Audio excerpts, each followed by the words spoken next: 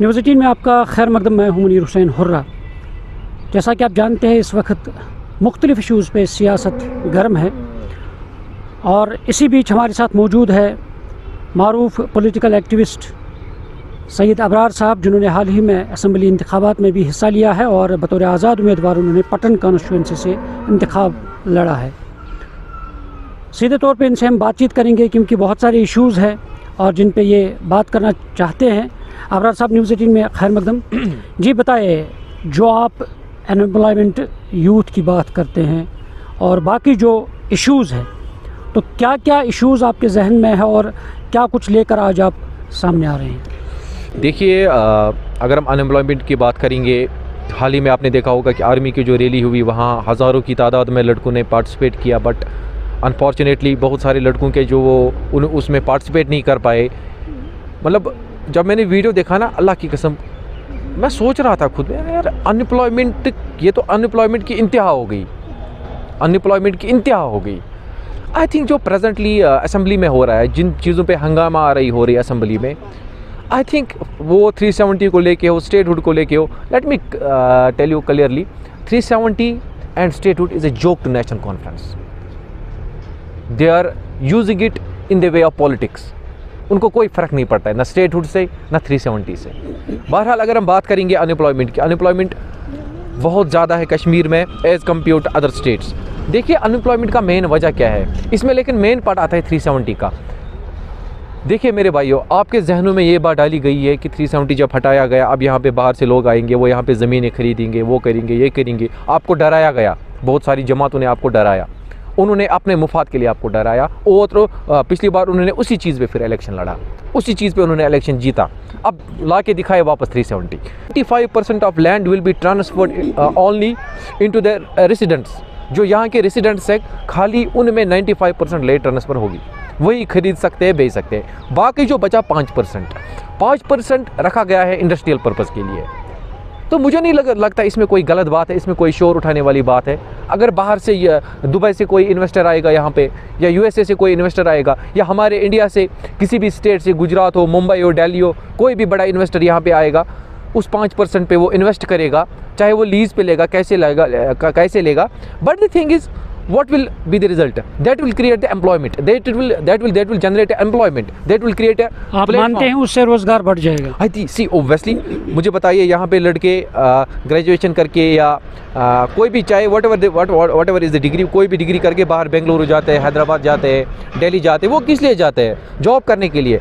Job करने के लिए उस वहाँ इसलिए जाते हैं क्योंकि वहाँ पे फैसिलिटीज़ है, वहाँ पे उनके लिए प्लेटफॉर्म है, वहाँ पे ऑलरेडी जो स्टेट है उन्होंने एक्सेप्ट किया है इन्वेस्टर्स को, वहाँ पे इन्वेस्टमेंट हुई है। अब यहाँ पे आप हमें इन्वेस्ट नहीं करने दे रहे हो, किसी को बोल रहे हो कि अगर यहाँ पे कोई इन्वेस्ट करने आएगा।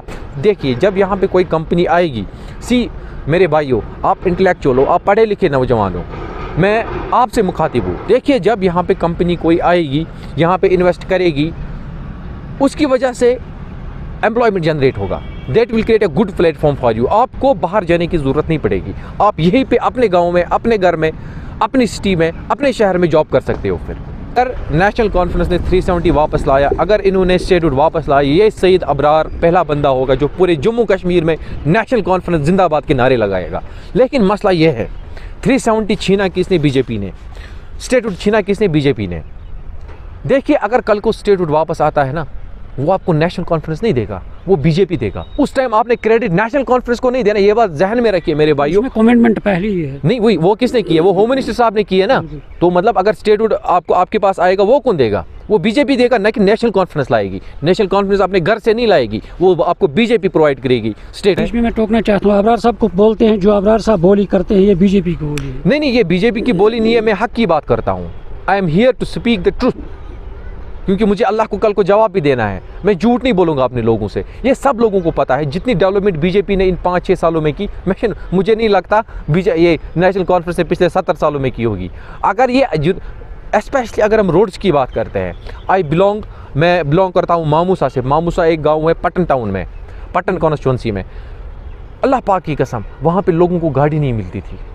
आज देखिए वहाँ का रोड कैसा बना हुआ है। वैसे ही हज़ारों गाँव ऐसे हैं जहाँ पे कोई पूछता भी नहीं था। इन्होंने गली कोचों में मैग्डमाइज किया रोडों को। So we should give them credit. Law and order की बात कीजिए आप, यहाँ स्टोन पेल्टिंग होती थी, यहाँ हर रोज़ पैलेट्स चलते थे, यहाँ हर रोज़ किलिंग्स होती थी। जब से बीजेपी आई तब से क्या बोलते हैं उसको, स्टोन पेल्टिंग बंद हो गई, लॉ एंड ऑर्डर कंट्रोल हुआ। हाँ, इनकाउंटर तो इसका मतलब आप हामी है बीजेपी? नहीं, मैं वो नहीं बोल रहा हूँ, मैं सच बोल रहा हूँ। मैं बोल रहा हूँ जब से बीजेपी पावर में आई है, ये आप देखिए, आप मुझसे मत पूछिए, किसी से भी पूछिए, जब से बीजेपी सरकार में आई है लॉ एंड ऑर्डर टैकल हुआ है, लॉ एंड ऑर्डर इनके हाथ में आया है। ना कहीं पे स्टोन पेल्टिंग होती है, जैसे पहले कैलेंडर्स निकलते थे कि आज भी हड़ताल है, कल भी हड़ताल है, बेचारा मजदूर मरता था।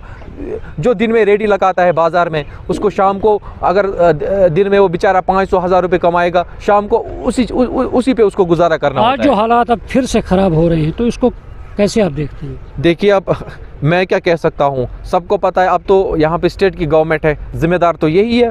रिसेंटली जो हमने किलिंग्स देखी, आई थिंक कहीं ना कहीं इसमें स्टेट गवर्नमेंट का भी उनको भी थोड़ा इसमें ध्यान रखना चाहिए कि ये किलिंग्स नहीं होनी चाहिए, क्योंकि इनोसेंट किलिंग्स आर टोटली ये एक्सेप्टेबल नहीं है, ये बिल्कुल भी कोई भी मरे, this is not acceptable. Specially हमारे कश्मीर का नाम बदनाम होता है जब कोई बाहर वाला बंदा उसको यहाँ पे मारा जाता है। बाहर तो यही कहेंगे ना कि ये कश्मीर लोग कितने बुरे हैं। सो मुझे लगता है स्टेट गवर्नमेंट की भी खामी रही है। स्टेट गवर्नमेंट को इस पर कड़ी से कड़ी नज़र रखनी चाहिए कि कोई भी जमात या कोई भी इलीगल एक्टिविटी यहाँ पे ना हो। इन हालात को सुधारनी चाहिए। नाज़रीन, ये थे हमारे साथ सैयद अबरार साहब, जिन्होंने ख़ास तौर पर नेशनल कॉन्फ्रेंस को हदफ तनकीद बनाया है, और उन्होंने कहा है कि यहाँ जो बेरोज़गारी का मसला बढ़ रहा है और उस पर यानी लगाम लगानी है और उस पर सोचने की ज़रूरत है, उस पर काम करने की ज़रूरत है, और साथ ही जो यहाँ के आवाम के बाकी सारे मुश्किलात हैं, उन मुश्किलात को हल करने की ज़रूरत है। न्यूज़ 18 जम्मू कश्मीर के लिए मैं पटन से मुनीर हुसैन हुर्रा।